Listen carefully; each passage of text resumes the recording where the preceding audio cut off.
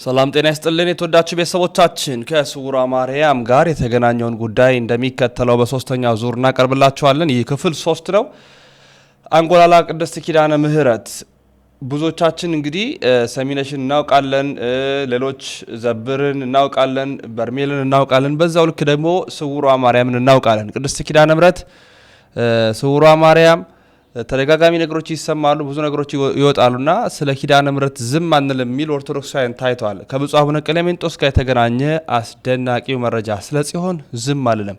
ሌሎች ቪዲዮችንም ከስውሯ ማርያም ጋር የተገናኘውንም ታምር አንድ ላይ እናካታለን። አድምጠን እንመለስ። የሚገርማችሁ አስተውለህ ታውቃለህ? ስውሯ ማርያም ስገባ በርኔ እንትን ስዕል አይተሃል? የእመቤቴን ስዕል አንድ እጅ አልነበራትም። ለምንድን ነው እመቤቴ አንድ እጇ ማይሰራ አላጠርኳቸው? ከዛ በኋላ ሰበን አለ እመቤቴ እጇ ላይ የምትይዘው እዛ ላይ ካየሁ ምናልባት ሰበኑ አለ እዛ ላይ የእመቤቴ ሰበኑ፣ እሱ ለምንድን ነው እዛ ላይ የለም? እንደገና ደግሞ ገብርኤልና ሚካኤል በጎን በኩል የሉ። ስዕሉን ቀና ብዬ አየሁት እያስተባበሩ። በርኔ በጣም ነበር ምጮ ጫማው ልቁ ምናምን ካልሲ ምናምን ተረጓ አይገባም እያልኩ ጮህ ነበር። እሷ ግን ካልሲ አድርጋ ከነጫማዋ ረጅም አድርጋ ሂውማኔር አድርጋ የሆነ ቀረጻ አድርጋ ነበር ካያችሁት ተቀባብታ ምናምን ነገር ሂውማኔር አድርጋ ማለት ነው። ይሄን ያየ ሰው የለም። እኔ ግን የሆነ ዩቲዩብ ላይ ቀርባ አየዋት በደምብ ማስተዋልችና ኦኬ ብዬ ተጠግቼ ምናምን ነገር ውስጥ ነው ያየው። የሚገርም ቤተክርስቲያን ውስጥ ቤተ መቅደስ ውስጥ የስላሴ ስዕል የተለያየ ነው።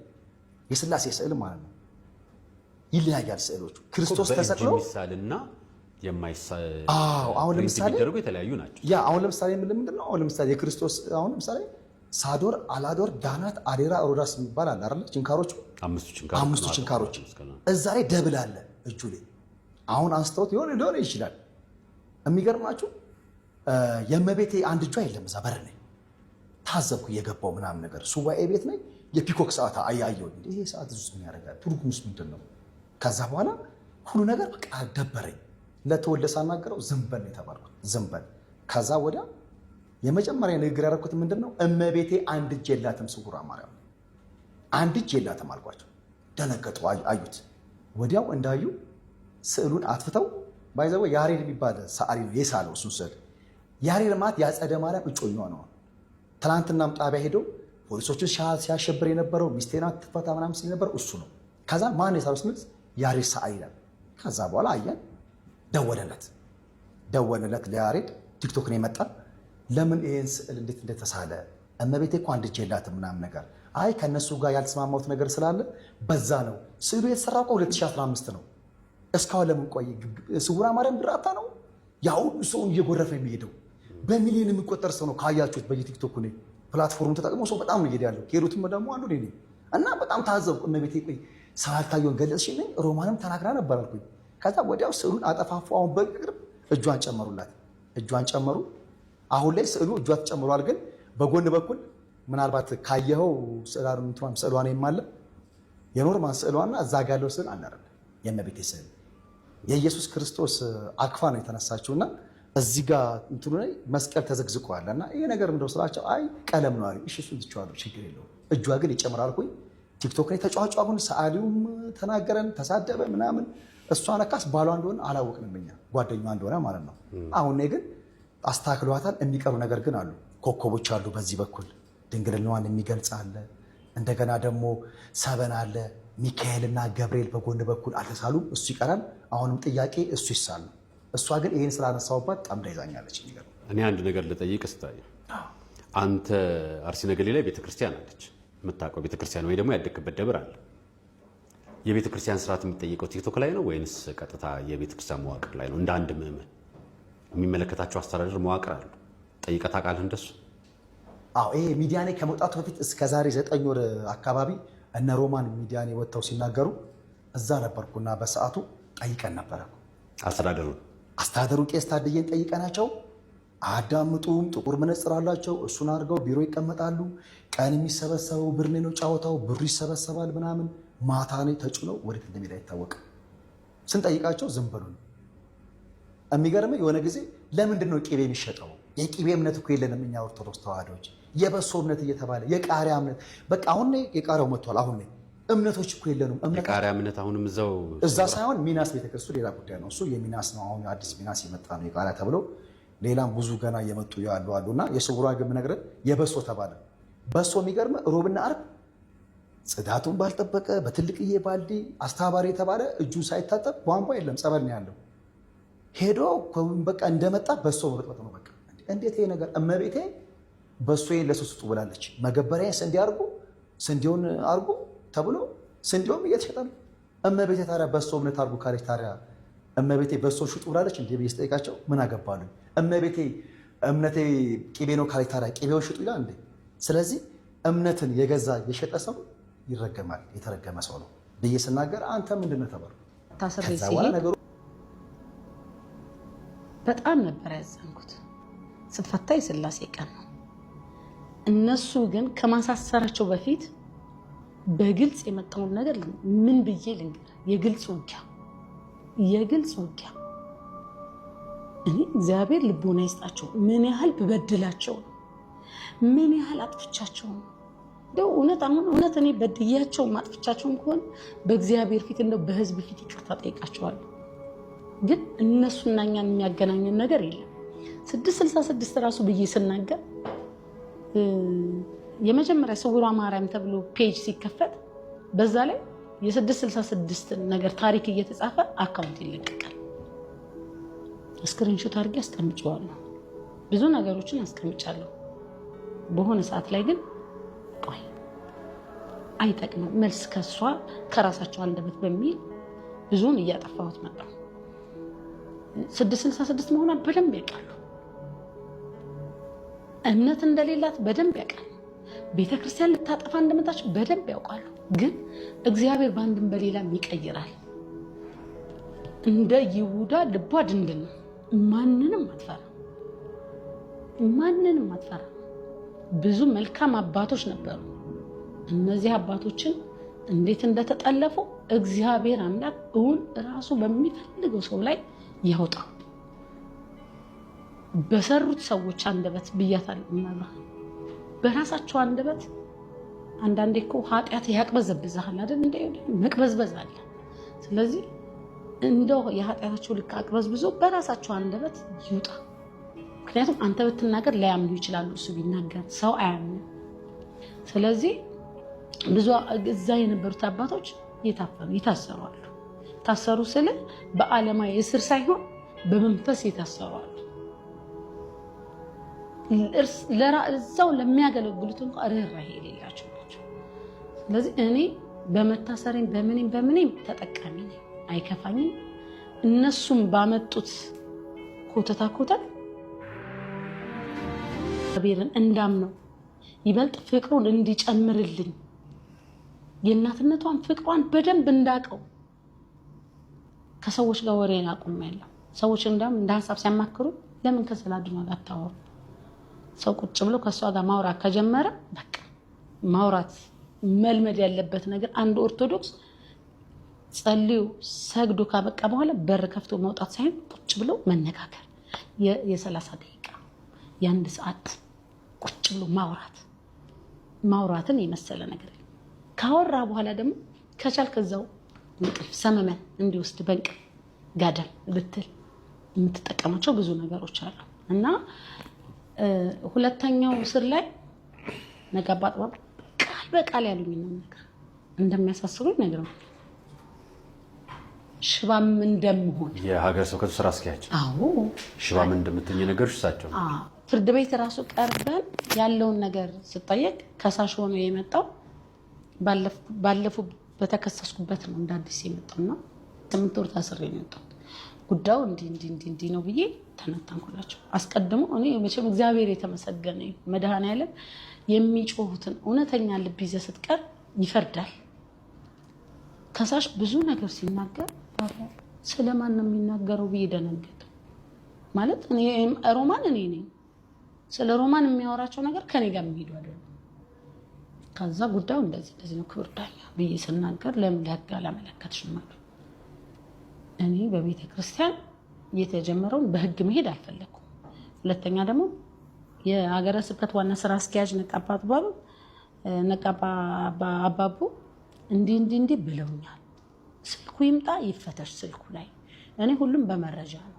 ከዛ በተረፈ ግን እኔ ወደ ህግ ሄዳለሁ ብዬ ስል ህግ ጋር እንዳትሄጂ ስላሉኝ ነው ብዬ ያንን ያንዳንዱ ሪከርድ አለው ማዳመጥ ከፈለጋችሁ አዳምጡ ብዬ አስቀምጡ።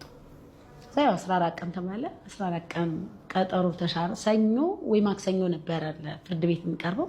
እኔ ግን የስላሴ ቀን ክብር ምስጋና ለነሱና የስላሴ ቀን ቅዳሜ ዕለተ ሰንበት ከእስር ቤት ወጣ። ከዛ በኋላ ያው እንዳልኩ ያው አሁን ድረስ አለ። እኔ ለነሱ ክፉ መመኛ አይደለም። ይሄም የስውሯ ማርያም የቅቤ እምነት በጾም አይበላም የምትሉ ሰዎች በደንብ አድርጋችሁ ስሙኝ። ይህን ቪዲዮ ሁላችሁም 10 ጊዜ ከዚያም በላይ ኮፒ ሊንክ ሼር እያደረጋችሁ ለሁሉም አዳርሱት። ሁላችሁም ላይክ አድርጉና ጀምሩት። ቤቱ ደግሞ ስለሚጠቅማችሁ ሁላችሁም ፎሎ አድርጉት። ብዙዎቻችሁ በውስጥ መስመር የስውሯ ማርያምን የቅቤ እምነት በጾም መጠቀም አንችልም ወይ ያላችሁ ጠይቃችሁኛል። እኔ አሁን ምን እንደሚያሳስበኝ ታውቃላችሁ? የገዳማት ጉዳይ። ገዳማት አሁን ግለሰቦች ሰብሰብ ብለው ህግ የሚያወጡባቸው ሆነዋል ማለት ነው። በቃ ቤተክርስቲያኗ ዋናዋ ተቋሟ የማታዝባቸው እስከሚመስሉ ጭምር ማለት ነው። አንዳንዶችን ነው ግን ያልኩት አንዱ ሰብሰብ ብሎ ቡና ይጠጣም እዚህ ገዳም ይላል፣ የራሱን ህግ ይወጣል። አንዱ የቅቤ እምነት ይላል፣ አንዱ የበሶ እምነት ይላል፣ አንዱ የቃሪያ ደግሞ የቃሪያ መጥቷል አሉ። ይሄ ነገር ግን ወዴት እየሄድን ነው? እኔ ይሄ ነገር የሚመለከተው አካል ቁጭ ብሎ ቢመክርበት እላለሁኝ። ደግሞ እኮ የሚገርመው በብር ነው የሚገዛው አሉ ነው። እኔ ቦታው ሄጄ አላቅም፣ አላየሁኝም። ካጠፋው ከተሳሳትኩ በጣም ይቅርታ። ግን እውነት በብር የሚገዛ ከሆነ እምነት በብር ይገዛል? መንፈስ ቅዱስ በብር ይገዛል? እሺ ብር የሌለውስ? ወዳጄ መንፈስ ቅዱስን በብሩ ለመግዛት የሞከረው ሐናንያ ምን እንደሆነ የሐዋርያት ሥራ ውስጥ ግባና ንብ። እንደዚህ አይነት እምነት የለም። እኔ የማቀው የቤተ ክርስቲያን ካህኑ ሲያጥንበት የቆየው ጽናው ላይ የተረፈው ዲያቆኑን አምጣልን በፌስታል እንላለን፣ ያመጣልናል። ካህኑን በፌስታል እምነት ስጡ ይብለን ያንን ነው ይዘን ሄደን የምንቀባው። ቃል ኪዳን ያላቸው ቦታ ደግሞ የመሬታቸውን አፈር ይዘን ሄደን ያን ነው በጸበላቸው ነው የምንፈወሰው። እኔ አሁን የእምነት አይነት በዛ አላቅም። ለማንኛውም ካዳናችሁ እሰየው፣ እናንተ ብቻ ዳኑ። ግን ልነግራችሁ የምፈልገው የቅቤ እምነት እያላችሁ በጾም የምትጠቀሙ ካላችሁ ግን ጥላችሁ ከእግዚአብሔር ጋር ነው። አስረግጬ ነው የምነግራችሁ፣ ጥላችሁ ከእግዚአብሔር ጋር ነው። በፍጹም በጾም ወቅት የቅቤ እምነት ነገር ብሎ ነገር የለም፣ መጠቀም አይቻልም። ሐሳብ አስተያየታችሁን ኮሜንት ላይ አስቀምጡልኝ። እናንተ ለምን ቀመስክ ካላችሁ ደግሞ ይሄ ለቪዲዮ ነው እንጂ የሰራሁት ሙዝ ነው እንጂ ቅቤ አይደለም። ማርያም ነው የምላችሁ። ይሄው ካላመናችሁ ቅሬታ አካሉ ይሄው። ለሁሉም ቪዲዮውን ሼርና ኮፒ ሊንክ ላይክ እያደረጋችሁ ለሁሉም አዳርሱልኝ። ቤቱን ሁላችሁም ፎሎ አድርጉ። እወዳችኋለሁ። ክብር በሉልኝ። ላይ አንዳንድ ተጨባጭም የሆኑ ተጨባጭም ያልሆኑ ሐሳቦች ሲሰነዘሩ ሲነገሩ እንሰማለን። ከስም ስያሜ ጋራ በተያያዘ ቀደም ባሉ ጊዜ የተሰጡ ስሞች እንዳሉ መረጃ ያመለክታል። አሁን በቅርብ ጊዜ ግን በተለይም ብፁዕ አባታችን አቡነ ቀሌምንጦስ ወደዚህ ሀገረ ስብከት ተሰይመው ከመጡ ጊዜ ጀምሮ ለየትኛውም ደብር ከነባር ስሙ በስተቀረ የተሰጠ ስም የለም። እንዳውም ያንን የተለመደውን ሰው ጆሮ የገባውን በፈቃድም ይሁን ያለ ፈቃድ ሰው እንደፈለገ የሚጠራውን እንዲስተካከል ብዙ ድካም፣ ብዙ ጥረት፣ ብዙ ጉዞ የተሄደበት መንገድ እንዳለ ነው የምናውቀውና ስለዚህ ከዚህ አኳያ እኛ እስካሁንም በጽሁፍ ደረጃ በመመሪያ ደረጃ ስም ቀይረን ያጸደቅነው ስም የለንም፣ የሰጠነው ስም የለንም። ወደፊትም ሊሆን አይችልም። በህዝብ ጆሮ ውስጥ የገቡና በህዝብ ልብ ውስጥ ያሉ ጉዳዮች ግን በጥንቃቄ በማስተዋል በትዕግስት መከድና መፈታት ያለባቸው እንደሆነ ይሄንን ሁሉም ሊያውቀው ይገባል። በተለይም እኛ አሁን ባለንበት ሁኔታ የትኛውም ቦታ ላይ እንዲህ ያሉ ነገሮች እንደሌሉ ማሳሰብ እንፈልጋለን። ይሄን ብቻ አይደለም። ከሥርዓተ ቤተክርስቲያን ከቀኖና ቤተክርስቲያን አኳያ የሚነሱ ጥያቄዎች አሉ። ለምሳሌ የማር ጸበል፣ የቅቤ እምነት፣ የበሶ እምነት እያሉ እንዲህ የሚነሳሱ ነገሮች አሉ። ይሄ በሀገረ ስብከታችን ፈጽሞ ተቀባይነት የለውም። እስካሁን የውስጥ ስራችንን በማስተማር በመምከር አቆይተናል። ምክንያቱም ቀደም ብለው የተጀማመሩ ጉዳዮች ስለሆኑ ቀደም ብለው እነዚሁ ሁኔታዎች ሲፈጸሙ ስለነበረ ባንዴ ማቆም አልተቻለም። አሁን ባለንበት ሁኔታ ግን በሰርኩላር ደብዳቤም እንዲህ ያለ መልእክት ለሚያስተላልፉ አገልጋዮች፣ አስተዳዳሪዎች ጥብቅ መመሪያ የተሰጠበት ሁኔታ ነው ያለው። በቃ ይሄ የቤተ ክርስቲያን ቀኖናዋም ስላይደለ ስርዓቷም ስላይደለ ማለት ነው። ለየቦታው የተሰጠው ቃል ኪዳን ሊኖር ይችላል። ለምሳሌ የአርባሃራ መድኃኔዓለምን ቅቤ ከቦታው ላይ ወስደው ራሳቸውን ሲቀቡ የራስ ምታት ያለባቸው ወገኖቻችን ይፈወሳሉ፣ ይድናሉ፣ የምስክርነት ይሰጣሉ። ይሄ የቦታው ቃል ኪዳን ነው ብለን ነው የምንወስደው። አሁንም በአንዳንድ አድባራት እንደዚህ ያለ ቃል ኪዳን ሊኖር ይችላል። ግን የማር ጸበል፣ የቅቤ እምነት፣ የበሶ እምነት፣ የሆነ ነገር እምነት አይባልም። በቤተ ክርስቲያናችን የለም። እንዲህ ያሉ ነገሮችን ሀገረ ስብከታችን ለማረም ለማስቆም እስካሁንም ረጅም ርቀት ማስተማር ስለሚቀድም መምከር ስለሚቀድም ማለት ነው። በዚህም ምክክርና በመመሪያ ብዙዎቹ ቆመዋል። አሁንም ደግሞ እንደነዚህ ያሉ እስከ መጨረሻ ካልቆሙ ጉዳዮቻችንን በትኩረት የምናይበት፣ የምንከታተልበት፣ የምናረምበት የዚህ ሰነድ መዘጋጀት ትልቁን ሚና ይወስዳል ብለን እናስባለንና አሁን የቸገረን ምንድነው? እንዲህ ያሉ ችግሮችን ህዝበ ክርስቲያኑ ሲያዩ ወይም ደግሞ ይሄንን ጉዳይ ያየ አካል ጉዳዩን ወደ ሀገረ ስብከት የማምጣት መንገድ የለም። ይዞ ብቻ ሚዲያ ላይ የመውጣት ነገር ይታያል። አንዳንዶቹ ሚዲያ ላይ የሚባሉት ነገሮች መሬት አሉ ይብለን ስንፈልጋቸው የሉም። ግራ ያጋባናል። ይሄ ብቻ ትንሽ ነገር ከተገኘች ያንን አጋኖ ያንን ሌላ መልክ ሰጥቶ ያው ዘመኑ የዲጂታል ሚዲያ ዘመን እንደመሆኑ መጠን ይሄንን ፈተና በሰፊው እናያለን። ሆኖም ግን ያሉ ነገሮችን እያጣሩ እየመረመሩ መፍትሄ እየሰጡ የቤተ ክርስቲያንን ቀኖናና ስርዓት መጠበቅ ማስጠበቅ የሀገረ ስብከታችን ተቀዳሚ ሚናው ነው፣ ተቀዳሚ ስራው ነው። ሌላው ሁሉ ከዚያ በኋላ የሚመጣ ነው። ከቤተ ክርስቲያን ቀኖና ከቤተ ክርስቲያን ስርዓት የሚቀድም አንዳች ነገር የለም። ስለዚህ ሀገረ ስብከታችን ከአድባራት ገዳማቱ ጋራ ከጉዞ ማህበራት ጋራ ከሚመለከታቸው አካላት ጋራ ጊዜ ሰጥቶ ጊዜ ወስዶ ይሄንን ጉዳይ ለመጨረሻ እልባት ለመስጠት መፍትሄ ለመስጠት ያላሰለሰ ጥረትና ክትትል የሚያደርግበት ሮሚ ባህል ስውሯ በመታል ነው የምናውቃት ሁላችን። በአደባባይ ለ8 ወር አሳስረዋታል። 8 ወር ያለምንም ጥፋት ያለምንም ወንጀል ታስራለች። እሷ ተናግራ የነበረችውን ላሰማችሁ።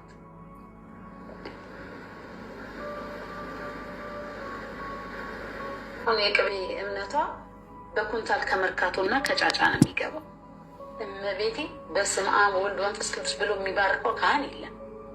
ቀጥታ ቢሮ ነው የሚገባው። ከዛ ቢሮ ውስጥ ይገባል። ይሄ ያለ ጎረምሳ ተወይ እንደው በአካውንት የሚገባው የጉዞውን ምንም የሚሉ ያው ደምረብ ገንዘብ ይባላል። ሽባ አድርገን እናስቀምጥሻለን አቅም አለን አለች ቤተክርስቲያን። ድፍት ቢል ምዕመናን ድፍት ቢል ጉዳዩ አይደለም።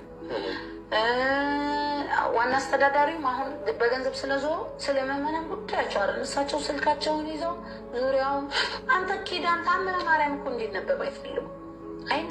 የቤተ ክርስቲያን አስተዳዳሪ ስለመመን ሳያገባቸው እስረኛ ለማስፈታት ጣፎ ላይ እየተመላለሱ የሀገረ ስብከቱ ሰራተኞች በሙሉ ጣፎ እየተመላለሱ ሊቀ ጳጳሱ ጭምር ጣፎ እየተመላለሱ እውነተኛ መረጃ የአይን እማኞች ነው ምስክር ያገኛል። መረጃው የብቻ መስሏችሁ ነው? ማህበራዊ ሚዲያ ላይ የሚሰሩ ወጣት ኦርቶዶክሳውያን ልጆቻችን ስለ ስውሯ ማርያም ሳይደፈርስ አይጠራም።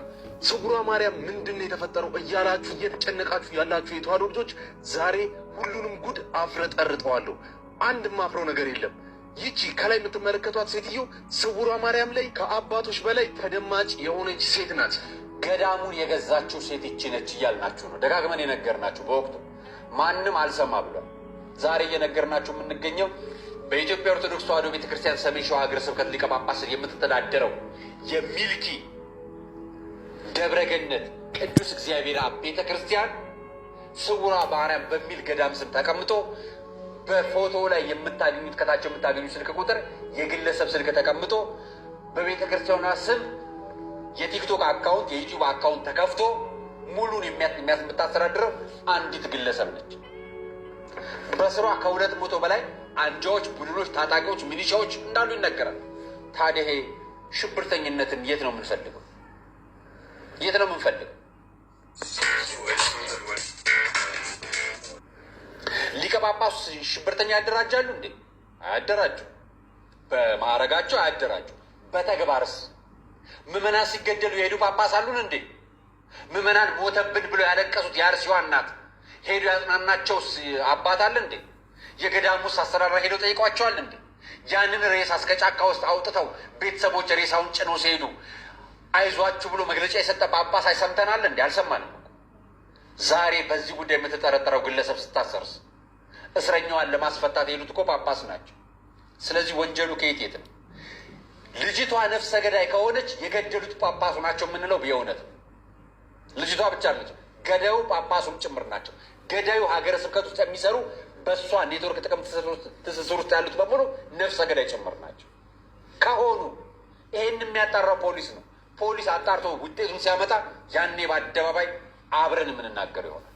አሁን ተከታትለን እንደተመለስነው ነው የዚች ልጅ ጉዳይ ዛሬም አነጋጋሪ ነው፣ አሳሳቢ ነው። በሌሎች መረጃዎች እኛ የምናቀርብላችሁ ይሆናል።